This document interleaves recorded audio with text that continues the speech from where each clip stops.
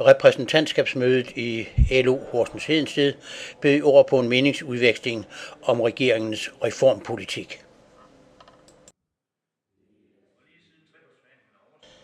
I sin beretning omtalte formanden Hans A. Sørensen regeringens politik. Lige bagefter, ja, så gik vi over til en lang række af reformer, som vi ikke behøver at diskutere ret meget her. I kender dem på alle mulige tangenter. De har en fælles kvalitet, at de alle sammen på en eller anden måde langer ud efter vores menneskebrug. Og som set også efter Socialdemokratiets, SF's og Enhedslistens vælgervælgere. Der er næsten ikke nogen af dem, der går ramt forbi. Hvad enten det er unge med SU, eller de er syge med flex og førtidspension, eller med sygedagpengereform. Ja, der er nok at tage fat på hver. I den efterfølgende debat fik fællestillidsmanden på Horsens største private virksomhed, Danish Crown, ordet. Fordi det sidste, de kommer med, nemlig det her med vækstplanen, hvor man går ind og understøtter arbejdspladser i Danmark. Jeg ved godt, der er mange, der vil have haft med på, at man giver selskabsskatteledelse. Det er der uden at godt klar over. Og det er måske heller ikke det, der giver det, men jeg vil bare sige sådan noget som energiafgifter, sådan noget som vandafgifter osv. Det er det, der gør, at der er mange virksomheder, der hellere vil lægge deres investeringer i Danmark, end de ligger i udlandet. Jeg siger bare, det er sådan på Danish Crown i Horsens, eller ikke på Danish Crown i Horsens, på hele Danish Crown. Der har man igennem mange år stort set lagt alle sine investeringskroner i udlandet. Sådan har det været. Efter det her det er kommet, der er nogen, der måske har set vores koncernøkonomidirektør ovenkøbet udtalelse om, at det var måske nok det, der skulle til. Fordi vi er nemlig helt fuldstændig stolt med at diskutere vores lønninger, om de er for høje eller ikke for høje. Man vil meget hellere diskutere industriens, slagterindustriens og jeg formoder også andres industriers vilkår til at være i Danmark, for det er det, der skal til. Man er nødt til at skal give dem nogle vilkår, der gør, at de har lyst til at være her. Fordi der er 2 steder, man kan regulere på, hvis det er, at man skal bevare konkurrencedygtigheden. Det ene, det er industriens vilkår, og det andet, det er lønningerne. Og jeg siger bare, jeg er tillidsmand på 1300, de er alle sammen organiseret. Der er ikke én af dem, jeg synes, der skal gå ned i løn. Og det er det pres, vi ellers skal på. Så derfor så synes jeg egentlig, at det, som regeringen den gør nu her med den vækstplan, jeg synes, det er godt. Jeg synes, det er rigtig flot. Og jeg synes, det er modigt, fordi prøv at tænke sig ud og så lave en politik, som man mister stemmer på. På grund af, at man har haft et fjol, som man er sko til at køre en regering, der ikke lagde noget til side, så er man nødt til at lave en politik nu, man mister stemmer på. Jeg synes virkelig, at det er modigt gjort. Og jeg tror på, at hvis vi alle sammen vi tager ja-hatten på i det her, og så siger, at det er det her, vi vil, så tror jeg sgu egentlig også på, at det kan skabe nogle arbejdspladser. Og hvad er det største sociale ansvar, man overhovedet kan have? Det er sgu da at skabe arbejdspladser.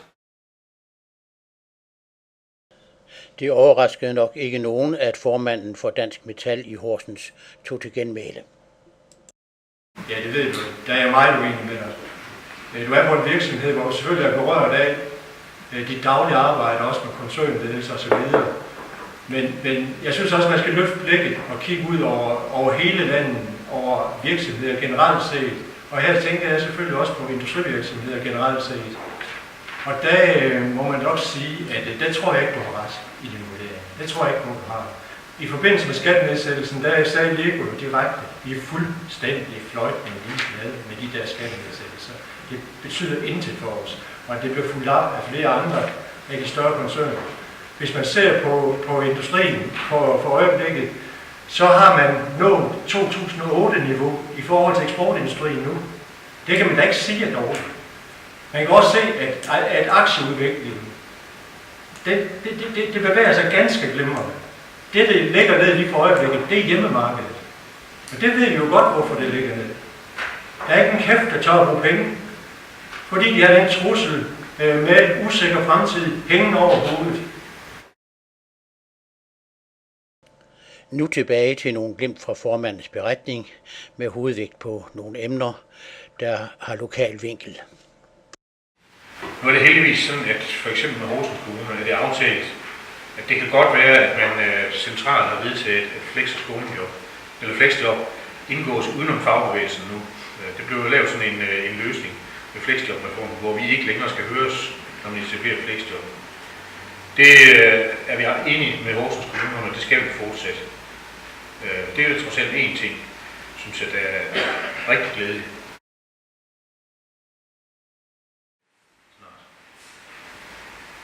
Lokale beskæftigelsesråd, ja, sådan nogle har vi. Vi har for vores vedkommende i vores sektion, så dækker vi et beskæftigelsesråd i Hedeste og et i Horsens. Og det er jo sådan et partssamarbejde, hvor der sidder 4 fra LO-siden, en fra FTF, en fra AC, og så modsvarende fra arbejdsgiversiden. Og så sidder der nogle fra handicaporganisationer, og så sidder kommunen repræsenteret os. Og ideen er, at det er her, man sådan forsøger på beskæftigelsespolitikken til at hænge sammen. Om det lykkes eller ej, det afhænger lidt af, hvordan kemien er i de der LBR, og lidt af, hvad vilkåret er. Og jeg tror, at vores forenede erfaringer for arbejdet her i området, både med Hedensted og Horsens Kommune, er, at kemien er sådan set god nok. Vi kan sagtens finde ud af at snakke sammen med de 2 kommuner. Men desværre så er det jo sådan, at i takt med, at der sker ændringer på beskæftigelsesområdet lovgivningsmæssigt, så har man reduceret de midler, der overhovedet er at gøre med i LBR, til praktisk talt det halve.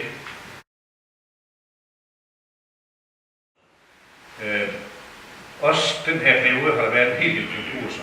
Også den her periode er der virksomheder, der er forsvundet sporløs fra vores område og ikke kommer igen. I hele finanskrisens periode er der i Horsens og Hedensted området forsvundet omkring 2.000 produktionsarbejdspladser. Dem ser vi ikke igen. De er landet andre steder under andre vilkår. Vi jo fra nu af og så frem til november alle sammen har en ret stor opgave, hvis vi gerne vil have, at vi stadigvæk efter valget i november har den samme konstellation, i hvert fald den samme borgmester, det samme flertal i byrådet. Et rødt flertal, vil de kalde det, hvis man tog en af de blå aviser fik dem til at skrive. Det er også et rødt flertal. Det er ganske udmærket. Og i den forbindelse, så har vi, altså udover vi opfordrer jer alle sammen til at deltage i diskussionen, så har vi også været ved at lave noget, der ligger rundt på bordene, noget, der handler om drømme.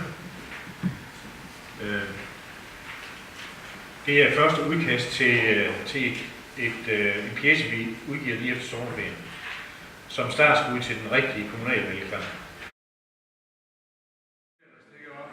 Der strider voldsomt. Skal vi tage en afstemning om Hanses beretning? Kan vi godkende den med de her